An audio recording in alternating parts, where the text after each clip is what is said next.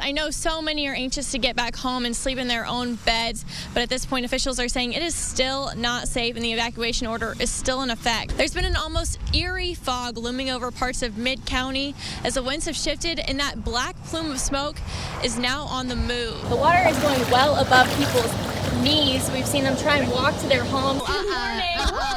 He is a lively one. No, this is not an exotic necklace or a fashion statement. This is a real life snake. Throw him over. And that's how you win a wrestling match right there. We're letting the good times roll at Manning Skate Rink this Sunday. It's all about the grown-ups. Nice and easy all the way down.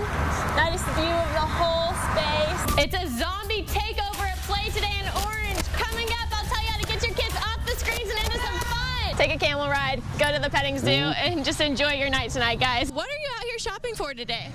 Pretzels. Pretzels. You ready for the food court? Yes. Ready, go. Look at us. Woo! Looks like you hold the bottom of the bulb here, face up, from what I could tell. And then you're supposed to put your knife in. Knives. I know. This is like try to get it cut yourself. First off, don't. It's not worth it. They need a sequel because it left so many unanswered questions, you know, and it just kind of ended. Yeah. You get what I'm saying over there, Parris? Right. I think I understand you. Tracy, is that you? Me. The very first Lion King hit the box office the year I was born, 1994. And needless to say, I've waited 24 years for this. It is National Bring Your Dog to Work Day, and we've got a very special guest joining us this morning. School is letting out and summer is back in, but now what? Join us here at Jumping World. Here at the museum is definitely one place you can come to maybe get out of the extreme heat. This is definitely one of the best places to come, I think, for kids. Left to their own devices, you never know what they'll get into. What is your favorite thing to do whenever you come to Port Neches? Wreck the whole house. To protect your home and sanity, there's lots of activities to keep them occupied here in Southeast Texas, like Jumping World in Beaumont. We have a water ball. We have a bull. All-you-can-jump passes. We have a rock wall. General Manager Yvette Prescott says adults love it just as much as the kids. It's inside. Everyone is safe. Over at the Beaumont Children's Museum, Executive Director Amanda Yarbrough says kids can learn while they play. We're challenging parts of their brain that actually keeps the thinking going. Amanda says the museum has interactive play, 8 weeks of different camps, and family fun your whole crew will enjoy. We really want to encourage families to kind of get out and explore and have fun. Callie Sarge over at Gator Country says they offer something you can't find just anywhere. You know, it's not something they can just do every day. The kids can come wade with the gators, feed them, take pictures with the wildlife, and check out some of their live shows. There's just so much to do. But if all else fails, lots of kiddos like Ava still love spending an afternoon at the park. Like to slide down the dark slide. And the slide isn't all she likes. What is the best part about summer? Eat bugs. So whether you're flipping out a Jumping World, Building a house at the Beaumont Children's Museum, or checking out the wildlife at Gator Country, there are lots of ways to slide into summer in Southeast Texas. A mom on a mission to give her son the best chance. Lincoln is 2 years old. He has Shwachman-Diamond syndrome, and it's a bone marrow failure syndrome. It's a battle Savannah Lillywhite and her husband have fought before.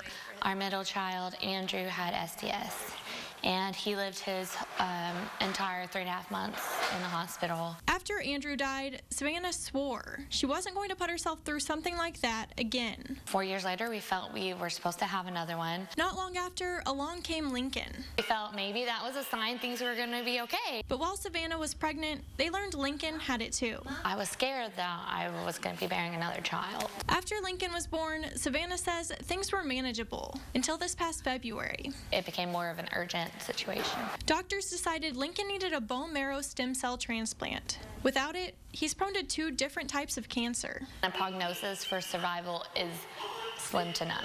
The family has to travel to Cincinnati for the procedure to see one of the top specialists in the country. They have planned in place for the most common complications that could come up because it is a life-threatening procedure. The procedure is costly and requires Savannah and her husband be in Cincinnati with Lincoln for at least 3 months, away from work. I've been very blessed by so many already.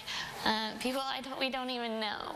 that's how we're going to be able to do it. To help cover the expense, they've set up a GoFundMe page, and friends are throwing Lincoln a fundraiser link sale at Dawes Law Firm in Beaumont. This Saturday on October 19th, which is actually the 7-year anniversary of when my son Andrew passed away. Savannah says it's been a difficult journey, but she wouldn't trade her family for anything. I love him more than anything, and I'm not bearing another child. It's just not gonna happen if I can help it. In Beaumont, Parris Kane, 12 News. We want God in this country again, in our schools, in our government more especially. And I think it's a wonderful thing. Charlie Boyette is one of the many that bowed his head today in support of Sheriff Billy Rolls, a visible backlash to a complaint from the Freedom from Religion Foundation. Of course, they wrote a real nasty letter that I was using. Wasn't right for me to go have a prayer meeting with someone that was violating the law. The letter to Rolls said it's unconstitutional to substitute prayer for punishment, and urged the department to issue an apology. Sheriff Rolls says he used the term prayer meeting to describe a conversation one of his deputies had with a woman accused of abandoning 2 puppies at the dump. In East Texas, we have a couple sayings. One of them, we have when someone has messed up or maybe messed up, supposedly messed up, we have a come to Jesus meeting with them.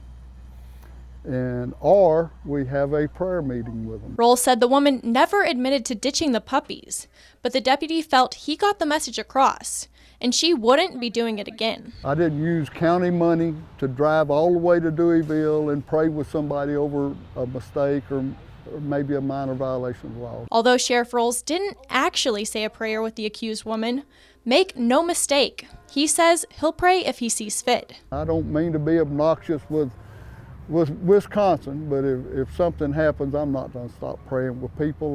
When people need prayers, I'm one that believes that prayers work, and so I'm not going to stop it. In Newton, Parris Kane, 12 News.